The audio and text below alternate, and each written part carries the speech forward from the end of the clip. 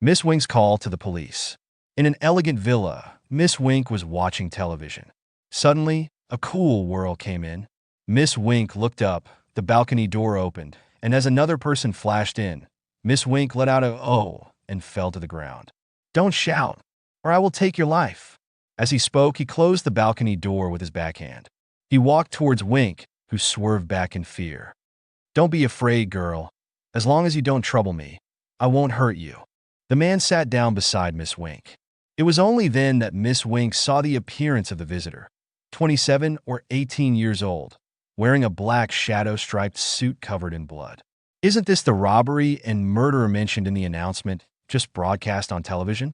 Wink covered his eyes with her hands, thinking to herself that there was no hope today. The thug stood up, closed all the windows in the room in turn, and took out a bottle of brandy from the milky wine cabinet before sitting back down next to Wink. "You're too young. You're so beautiful. Why are you at home alone?" The gangster was not as nervous as he had been when he first entered the house, and said with a sly look at Miss Wink. Miss Wink's face turned pale, and her body trembled slightly. "Is there any money?" "The more the better," the gangster said greedily again. Miss Wink shook her head. "No money? There's always valuable jewelry, right?" Miss Wink then whispered, "I have this jeweled ring on my hand which my mother left me when she was dying. Please." "Less nonsense. I'll take care of you."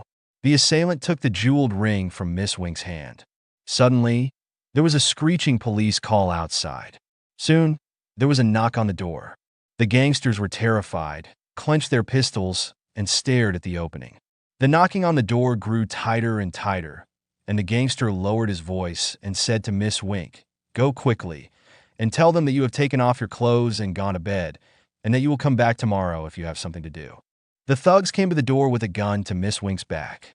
Miss Wink pondered as she walked, and when she came to the door, she asked in a trembling voice, "Who?" The man outside replied, "I'm Detective Squill.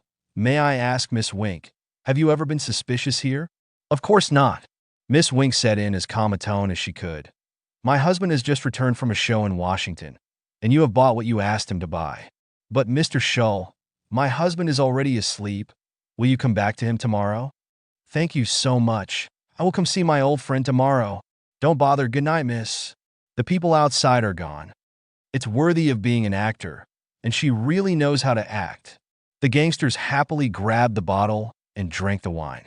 At this moment, the door of the balcony was kicked open, and the Detective Shull rushed into the house with a gun. "Don't move. Raise your hands." The gangsters had to raise their hands and were handcuffed by Shull. On what basis did Detective Shull conclude that the gangster was in Miss Wink's room?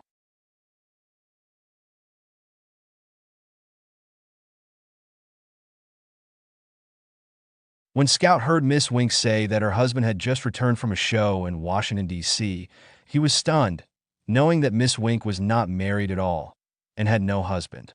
But he soon understood that Miss Wink must have used this sentence to imply that there was a man in her house, and that it was the murderer.